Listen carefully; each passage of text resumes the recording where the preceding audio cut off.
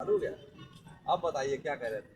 हमने ये कहा है कि जैसे कि कुदरत जोर से बोलिए, हमें कम सुनाई देता है, ये आपको खूब पता है। कुदरत ने कहा है कि औरतों पे अत्याचार यानी कि जुल्म न करो, वो तुम्हारी ही जिस्म का हिस्सा है। अब बताइए ये कि हम सुनिए और देखिए कि हम जुल्म का पहाड़ ढाते हैं पहले ही दिन से। वो लेके उस पे जुल्म करते हैं कि तुम लेके आओ मेरे लिए गाड़ी धोने की, मेरे लिए सोने का सामान लेके आओ, मेरा खाने का बर्तन लेके आओ, और ज़रूरत दोनों की है। तो ये बताइए कि कहाँ से है इंसाफ? और फिर वो हम कहते हैं अपने आप को मर्द कि हम तुम्हारे सेवक, गाय का सेवक है। सारा सामान तो वो बेचारी लेके आ रही है, कहाँ से लेके आए? वो अपने मायके से लेके आ रही माइग्रेन किसने दिया? है। उसके वो माँ भी बाप ने, मर्द था। वो भी मर्द था जिसने दिया। माँ बाप। जिसने वो बाप उसका था, वो मर्द ही था, हाँ वो दूसरा था। हाँ इस बात पे ही चलो, ठीक है, हाँ हो गया। अब रहेगी बात आपकी हाँ कि अंसारी साहब, आप जो कह रहे हैं, हाँ। अब आप पहुंचिएगा, आप अब से नहीं पहुंच जाइएगा बहुत पीछे। जिस समय कबीले तौर पे रहता था, आज से ईसा पूर्व 4,500 वर्ष पहले, मतलब समझ लीजिए 3500 ईसा पूर्व, समझिए 3500 ईसा पूर्व में जाइएगा। उस समय पर मांगो बना, उस समय पर क्या था मालूम है? क्या? कि कबीले की निशा नाम की कहानी पड़ी है, मैं आपको बता दूँ। तो एक कुटुंब होता था, कुड़मा होता था, उस कबीले को नेतृत्व करने वाली महिला हुआ था, ठीक है। मतलब मालिक जो है महिला होते, उसका हुक्म चलता था, उसकी बात पूरे कबीले को माननी पड़ती थी, पूरा परिवार को माननी पड़ती थी। और ये बहुत दिनों तक चलता रहा, बहुत समय तक चलता रहा। जब दिवोदास आया, समझ गए मेरी बात? जब दिवोदास आया तो दिवोदास से वह कहानी पढ़ते, फिर जो है उस कबीलों के नेतृत्व करने वाला मतलब स्त्री ना होकर के पुरुष हो गया। पहले महिला ही कबीलों का नेतृत्व करती थी और उसके ही बच्चे होते थे और परिवार होता था। परिवार की देखभाल जो भी दिशा निर्देशन देती थी वो लेडीज ही, स्त्री ही या नारी ही लिया करती थी, ठीक है ना। तो भाई ये प्रकृति का नियम रहा है कि परिवर्तनशील संसार है, कोई चीज टिकाऊ नहीं है। पहले आपने शासन किया, अब दूसरा शासन कर रहा है। पहले आपने मालिकी की, अब दूसरे हाथ में मालिकी है, ठीक है ना।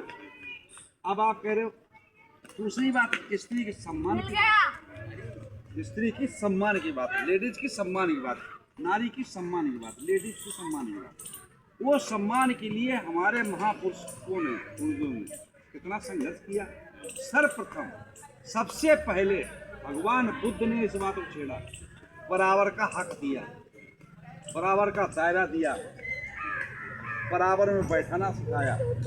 उन्होंने अगर भिक्षु संघ बनाया हमारे जैसे, तो महिला संघ भी बनाया, समझिए। तत्पश्चात ज्योतिबा राव फुले हुए, सुना आपने? नाम नहीं सुना? ज्योतिबा राव फुले ने की शादी जो हुई है वो 13 वर्ष की थी, और उनकी घरवाली जो थी सावित्रीबाई फुले, उनकी शादी हुई तो 9 वर्ष की थी।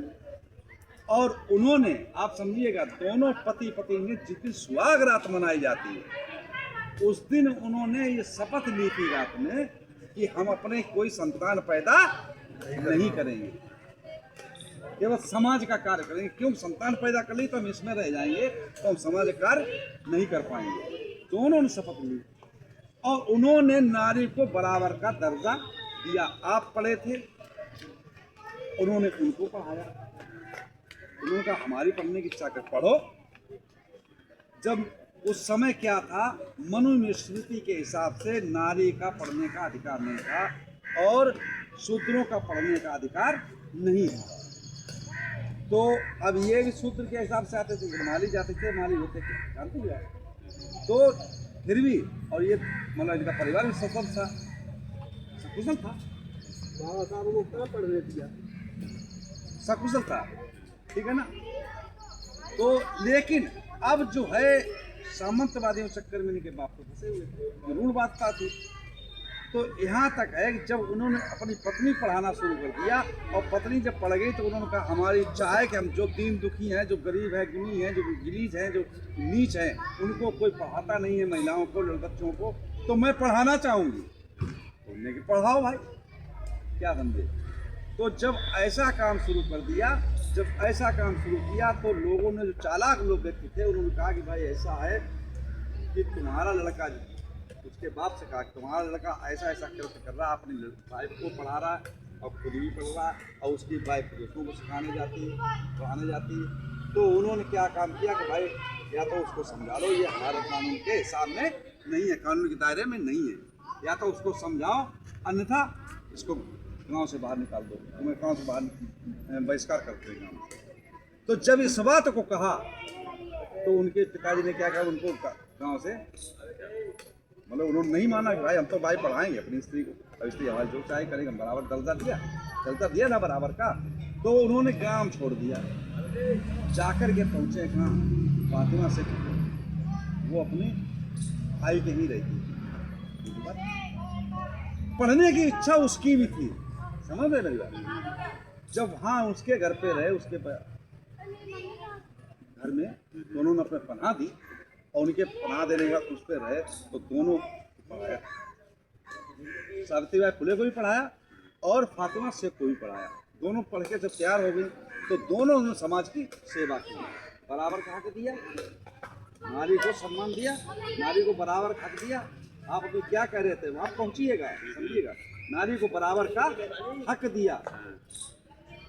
आज भी इतिहास में गवाह है कि जिसको हम सस्ती करके पूछते, सस्ती ही सावित्रीबाई फुले का नाम है, जिसने सबसे पहले वंचितों को, गरीबों को, दुखियों को, नीच को, अपाहिज को, सबको शिक्षा देने का काम किया। सन 1800 में उन्होंने पहला स्कूल खोला।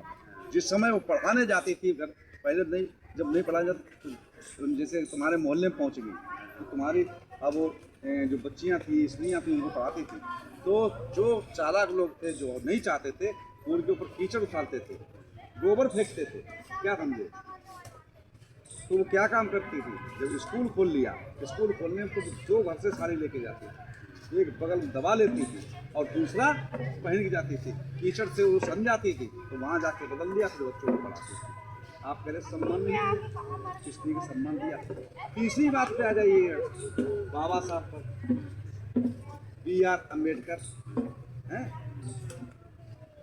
राम जी सतपाल जी, B.R. अम्बेडकर, बाबा साहब, इन पे आ जाइएगा।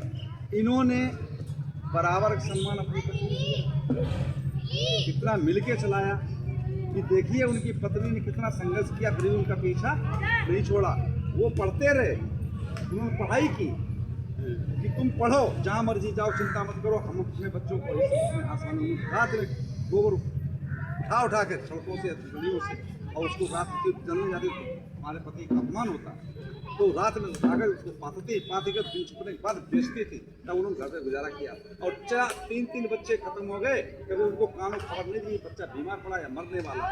चौथा जब मरा था तब वो इस में वर्तमान में थे, इसका नाम था राजरतन। तब उन्होंने कहा कि आपने तो इसका नाम रखा था राजरतन, है क्या रखा था नाम, राजरतन। अरे कई रामू, उसको राम कहते थे,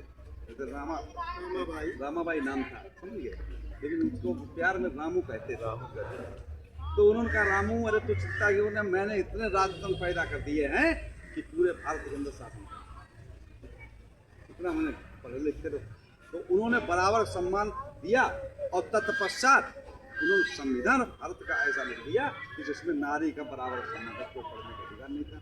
आज हमारी बेटियां नेता भी बन रही हैं, IAS भी बन रही हैं, इंजीनियर भी बन रही हैं, डॉक्टर भी बन रही हैं, क्या समझे, मुख्यमंत्री, प्रधानमंत्री बन रही हैं, जो भी कोई अधिकार नहीं था। आप कह रहे सम्मान नहीं दिया पुरुष ने। मैं अपनी वाणी को एक विराम देता हूँ। आप सब लोग मंगल हो, कल्याण हो, सुखी जीवन, सुख से बात हो, हमेशा